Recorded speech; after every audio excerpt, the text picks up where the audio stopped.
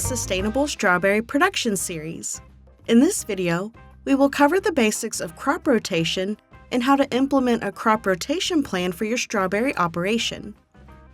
Crop rotation involves planting crops in the same area that are not closely related to each other or that are from different plant families across a sequence of growing seasons. Crop rotation can break pest and disease cycles, relieve hard pans, and make use of nutrients stored in different parts of the soil profile. It can also help rebuild nutrients and organic matter in the soil after intensive crop production. For strawberries grown in an annual plasticulture system, crop rotation should take place annually if sufficient land is available.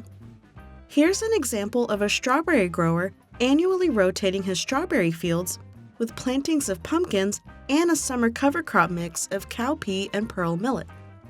In year 1, you can see strawberries planted on the right in Field A, with Field B on the left where summer cover crops will be planted followed by strawberries. In year 2, you can see on the right that Field A now has squash planted, and on the left, Field B has pumpkins where this year's strawberries were planted.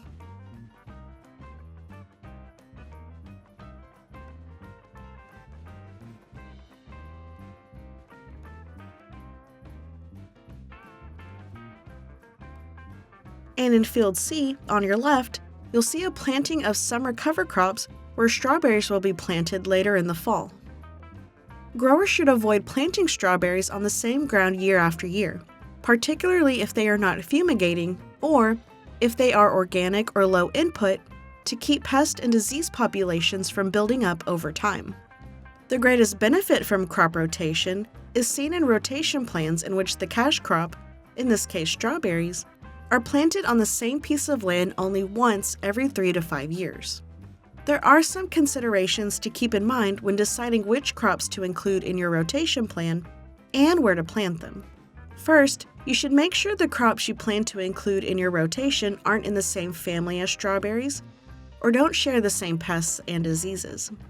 Also, you should make sure the crops you add to your rotation fit with your market, and the cropping seasons align to easily flow from termination of one crop to the establishment of the next. Some examples of crops to rotate with strawberries are brassicas, such as broccoli. Research has shown that when broccoli crop residues are incorporated into the soil, the residue acts as a biofumigant similar to cover crops. The only issue is that in the southeast, strawberry and broccoli are cool-seasoned crops. While broccoli can't be planted in the summer directly after strawberries, it could be planted the following year in the spring or fall after strawberries.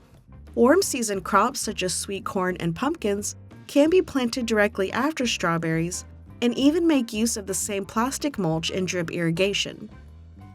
In this grower example, you can see newly planted strawberries on the right and pumpkins on the left that were planted into last year's strawberry beds. If growers are unable to rotate where they plant their strawberry fields each year, other management practices can help to provide relief to intensively manage soils. Summer cover crops planted during the off-season are a good way to maximize a short strawberry crop rotation cycle.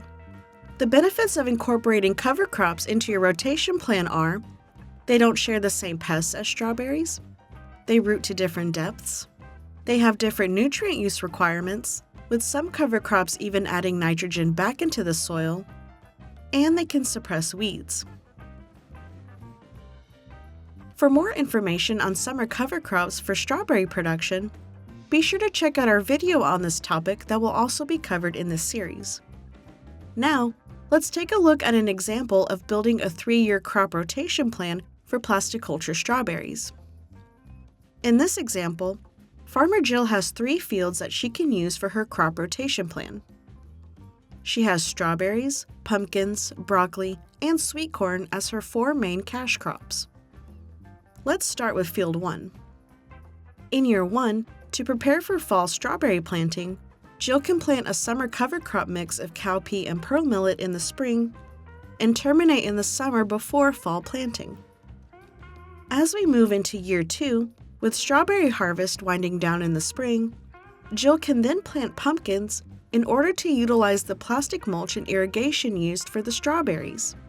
To help improve soil health in between cash crops, Jill can plant a winter cover crop mix of clover and oat following pumpkin harvest in the fall. In year 3, after the termination of the winter cover crops in the spring, Jill can plant early sweet corn for a short cash crop. Following sweet corn, Jill can then plant her fall broccoli and begin the cycle again with planting summer cover crops in the spring of the next year. As you can see, the rotation plan will be the same for all 3 fields, with the order slightly offset in order for Jill to have all 4 cash crops producing in 1 year. Selecting production practices like crop rotation can help maximize and maintain soil health, which can ensure long-term crop productivity.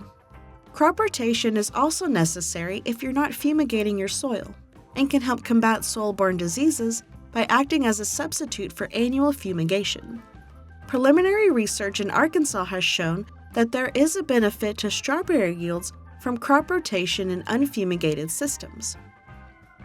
To learn more about research and resources related to sustainable strawberry production in Arkansas, visit our webpage at uaex.uada.edu/sustainable-strawberry.